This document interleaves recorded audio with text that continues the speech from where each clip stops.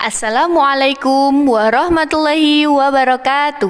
Selamat pagi soleh-soleha kelas 4. Bagaimana kabarnya hari ini? Semoga semuanya sehat selalu dan tetap selalu semangat ya untuk mengikuti pembelajaran daring. Nah, sebelum kita mulai, mari kita bersama-sama membaca doa sebelum belajar. Bismillahirrahmanirrahim. Raditu billahi rabba wa bil islami dina wa bi muhammadin nabiyya wa rasula. Rabbi zidni ilma warzuqni fahma. Artinya, aku rela Allah sebagai Tuhanku, Islam sebagai agamaku, dan Nabi Muhammad sebagai Nabi dan Rasulku. Ya Allah, tambahkanlah kepadaku ilmu dan berikanlah kepadaku kepahaman. Amin. Nah, anak soleh dan soleha kelas 4, sekarang anak-anak persiapkan buku dan alat tulisnya ya. Yang pertama, persiapkan buku pena jilid 4D, kemudian persiapkan buku tulis tematik, dan yang terakhir persiapkan alat tulisnya ya anak-anak. Pada pertemuan lalu, anak-anak sudah belajar tentang unsur-unsur yang ada dalam teks fiksi. Ada tema, tokoh, alur, latar, dan amanat ya. Untuk hari ini kita akan belajar peran tokoh dan wataknya dalam teks fiksi. Apakah anak-anak masih ingat apa itu tema, tokoh, dan penokohan? Coba bersama-sama dengan Ustadzah kita mengingat kembali ya. Tema merupakan ide atau gagasan dasar yang melatar belakangi keseluruhan cerita yang ada. Sedangkan tokoh merupakan pelaku atau orang yang terlibat di dalam cerita tersebut. Sedangkan penokohan adalah penentuan watak atau sifat tokoh yang ada di dalam cerita. Paham ya anak-anak? Nah, hari ini kita akan belajar peran tokoh dan wataknya. Disimak baik-baik ya. Dalam dunia perfilman, drama teater atau cerita fiksi, banyak beragam tokoh dengan karakter masing-masing. Ada karakter yang bersifat protagonis dan antagonis. Yang pertama, protagonis. Protagonis adalah tokoh utama atau sang jagoan yang menjadi pusat sebuah cerita. Protagonis umumnya mempunyai sifat yang baik hati, penolong, dan menegakkan keadilan. Tapi ada pula tokoh protagonis yang keras kepala, bersifat tidak baik, dan berlaku buruk. Namun seiring dengan perkembangan cerita, sifatnya berubah menjadi lebih baik. Tokoh yang selanjutnya adalah tokoh antagonis. Tokoh ini digambarkan sebagai peran dengan sifat yang buruk dan musuh dari tokoh utama dalam sebuah cerita yang biasanya sering kita sebut sebagai sang penjahat. Tokoh antagonis selalu digambarkan sebagai sosok yang dapat membuat penonton merasa kesal dan gembira apabila pemeran antagonis kalah dalam akhir cerita. Berdasarkan ilustrasi gambar yang sudah anak-anak lihat, kita dapat menyimpulkan bahwa tokoh protagonis memiliki peran sebagai aktor atau pemeran utama dalam sebuah cerita, dan tokoh protagonis mempunyai watak yang baik.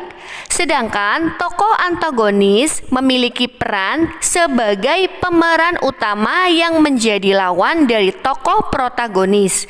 Watak dari tokoh antagonis ini wataknya negatif seperti iri, dengki, sombong, angkuh, congkak, dan lain sebagainya. Bagaimana anak-anak? Semoga dapat membedakan antara protagonis dan antagonis ya. Kalau protagonis merupakan pemeran utama yang memiliki watak yang baik, sedangkan antagonis merupakan lawan dari tokoh protagonis yang memiliki watak yang negatif. Jangan sampai tertukar ya. Tokoh yang selanjutnya adalah tokoh tritagonis.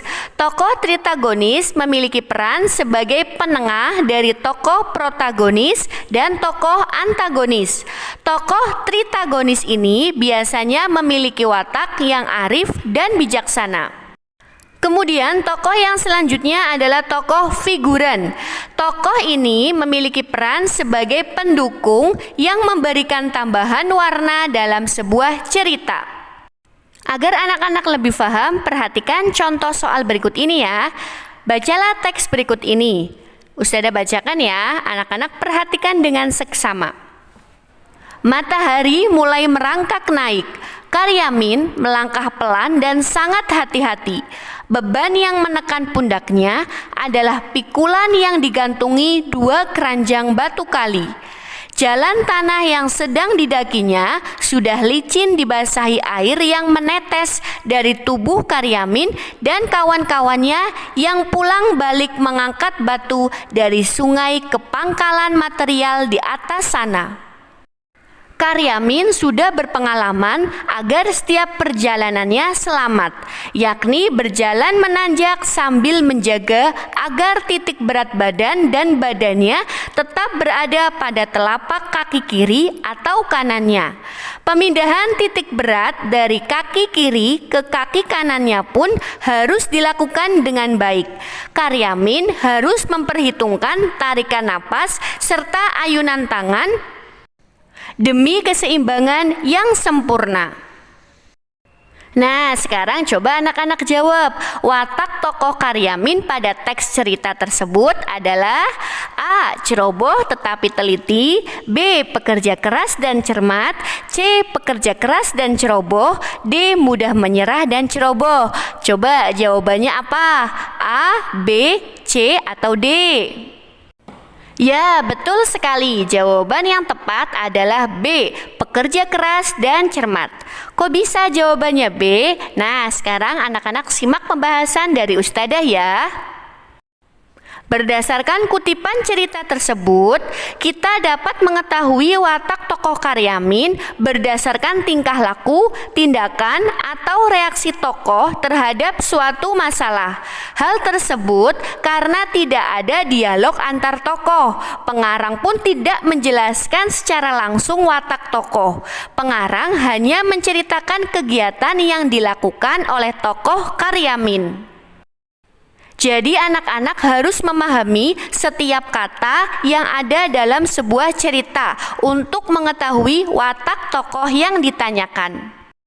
Berdasarkan penjelasan dari cerita tadi, watak tokoh Karyamin adalah pekerja keras dan cermat yang dibuktikan pada penjelasan penulis, yaitu beban yang menekan pundaknya adalah pikulan yang digantungi 2 keranjang batu kali. Kalimat kedua paragraf pertama dan seluruh penjelasan penulis pada paragraf kedua. Jelas ya anak-anak? Demikianlah pembelajaran pada hari ini, materi tentang peran tokoh dan wataknya. Semoga dapat memahami materi ini ya anak soleh dan soleha kelas 4. Tugas hari ini, Kamis tanggal 18 Maret 2021. Anak soleh dan soleha kelas 4 mengerjakan soal di buku pena jilid 4D halaman 65 dan 68. Ayo berlatih. Seperti yang digambar ya anak soleh dan soleha. Tugas dikerjakan, kemudian difoto dan kirimkan ke grup WhatsApp kelas, maksimal dikumpulkan pukul 13.00. Demikianlah pembelajaran pada hari ini. Sebelum ditutup, mari kita bersama-sama membaca doa kafaratul majelis. Subhanakallahumma wa bihamdika asyhadu an la ilaha illa anta astaghfiruka wa atubu ilaik. Amin amin ya robbal alamin. Wabillahi taufiq wal hidayah. Wassalamualaikum warahmatullahi wabarakatuh.